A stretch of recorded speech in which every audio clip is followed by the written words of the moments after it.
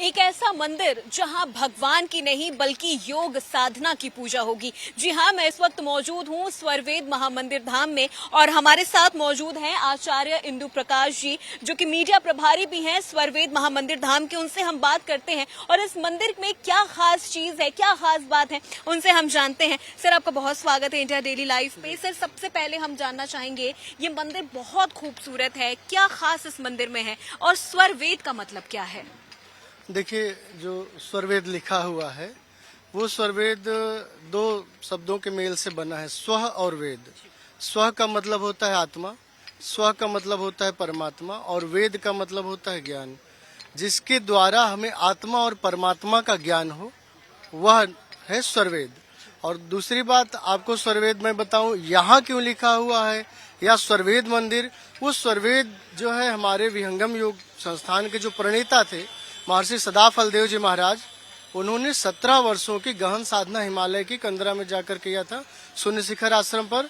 और साधना के फलस्वरूप उनको जो आत्मज्ञान परमात्म ज्ञान हुआ, उन्होंने एक ग्रंथ के रूप में उसको पिरोहित कर दिया है।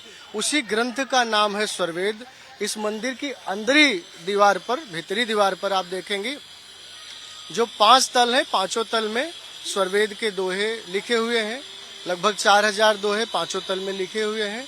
बाहरी जो दीवार है उसमें लगभग 138 प्रसंग जो वेद, उपनिषद, गीता, रामायण, जो हमारी भारतीय संस्कृति के प्रमुख ग्रंथ हैं, उन ग्रंथों में जो भी संदेशात्मक प्रसंग हैं उनको लिया गया है कि उन प्रसंगों पर चित्र बनाया गया है कि व्यक्ति उसको देखे और उससे अपने जीवन के लिए कुछ प्रेरणा ले। आचार्य जी, ये भी कहा जा रहा है कि ये जो मेडिटेशन सेंटर है ये दुनिया के सबसे बड़े मेडिटेशन सेंटर्स में से एक है।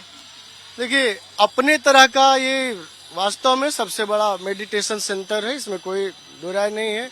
क्योंकि स्वरवेद जहाँ लिखा हुआ हो मतलब 5 तल पर, और फिर लगभग 20,000 साधक यहाँ एक साथ बैठकर साधना करेंगे, योग करेंगे, तो अपने आप में ये अनोखा है, इसमें कोई संदेह नहीं है। बिल्कुल। पीएम नरेंद्र मोदी का भी एक भावनात्मक जुड़ाव इस मंदिर से रहा है, क्योंकि उनकी माता जी भी काफी सालों से जुड़ी रही थी, उनके भाई भी जुड़े हुए थे, तो अब वो खुद आएंगे इसका उद्घाटन करने के लिए।